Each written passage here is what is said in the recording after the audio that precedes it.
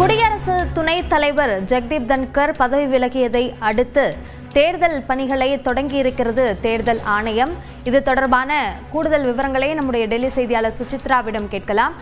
சுசித்ரா, என்னென்ன பணிகளை தேர்தல் ஆணையம் தொடங்கியிருக்கிறது?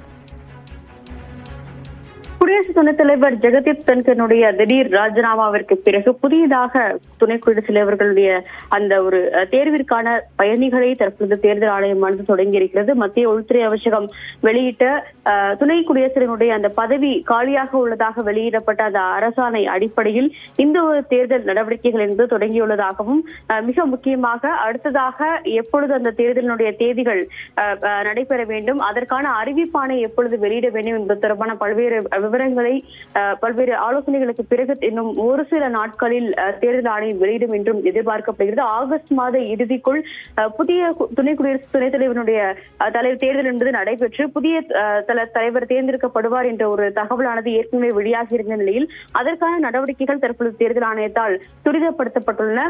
மிக முக்கியமாக மக்களவை மற்றும் மாநிலங்களவையை சார்ந்த 782 எம்பிக்களுடைய வாக்குகள் என்பது துணை குடியரசுடைய அந்த ஒரு தேர்தலில் வாக்குகளாக பதிவாகும். அதிலிருந்து எவ்வளவு பேர் ஆளும் கட்சி மற்றும் எதிர்கட்சிகள் சார்பாக வேட்பாளர்கள் நிறுத்தப்பட்டால் எவ்வளவு பேர் எந்த பக்கம் வாக்களிக்க உள்ளார்கள் என்பது தொடர்பான அந்த நடவடிக்கைகளையும் அவர்கள் தொடங்கியிருக்கிறார்கள். மிக முக்கியமாக டெல்லியில் இந்த தேர்தல் நடவடிக்கை என்பது நடைபெறும் என்பதன் அடிப்படையில் அதற்கு தேவையான அந்த ஒரு அதிகாரி யாரை நியமிப்பது என்பது தொடர்பான ஒரு ஆலோசனையும் தேர்தல் ஆணையம் நடத்தி வருகிறது. மக்களவை அல்லது மாநிலங்களவையினுடைய செயலர்களில் இருவரில் ஒருவர் தான் இந்த துணை குடியரசுடைய தேர்தலுக்கான ஒரு தேர்தல் அதிகாரியாக நியமனம் செய்யப்படுவார். அதில் யாரை நியமிப்பது, அதற்கான அந்த ஒரு நடைமுறைகள் என்னென்ன செய்யப்பட வேண்டும், நாடாளுமன்றத்தில் செய்யப்பட வேண்டிய அந்த ஒரு முன்னேற்பாடு நடவடிக்கைகள் என்ன என்பது குறித்த அனைத்து விவரங்களையும் தேர்தல் ஆணையமானது தயாரித்துள்ளது. இன்னும் ஒரு சில நாட்களில் அந்த தேர்தலுக்கான அதிகாரப்பூர்வ நோட்டிபிகேஷன் எனப்படும் அந்த ஒரு அறிக்கை என்பது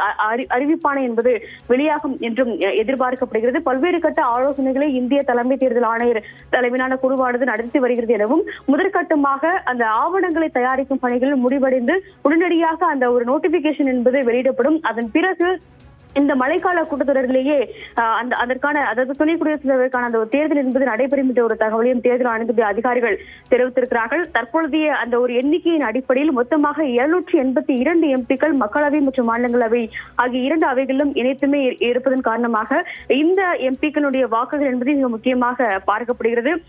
மக்களவையை பொறுத்தளவில் 542 எம்பிக்களும் மாநிலங்களவையில் 240 எம்பிக்களும் தற்பொழுது உள்ளனர். இதில் ஒட்டுமொத்தமாக தேசிய ஜனநாயக கூட்டணியான என்டிஏ சுமார் 427 எம்பிக்கள் உள்ளது மிக முக்கியமாக பார்க்கப்படுகிறது. அதிகபட்ச எண்ணிக்கை, அதிகபட்ச வாக்குகள் என்பது யாருக்கு பெறப்படுகிறதோ புள்ளிகள் அடிப்படையிலான வாக்குகள் தான் இந்த துணை குடியரசுடைய தலைவருடைய அந்த தேர்தலில் பதிவாகும் என்பதால் அந்த புள்ளிகள் அடிப்படையில் அதிக புள்ளிகள் பெறும் வாக்காளரை வெற்றி பெறுவார் என்றும் அறிவிக்கப்படுவார். அதற்கான நடவடிக்கைகள் தான் முதற்கட்டமாக தேர்தல் ஆணையம் தொடங்கியிருக்கிறது. உள்துறை அமைச்சகம் வெளியிட்ட அந்த ஒரு காலி இடத்திற்கான அறிவிப்பாணையின் அடிப்படையில் தேர்தல் நடவடிக்கைகளை தற்பொழுது அதிகாரப்பூர்வமாக தேர்தல் ஆணையம் தொடங்கியிருக்கிறது. விரிவான விவரங்களுக்கு நன்றி சுசித்ரா.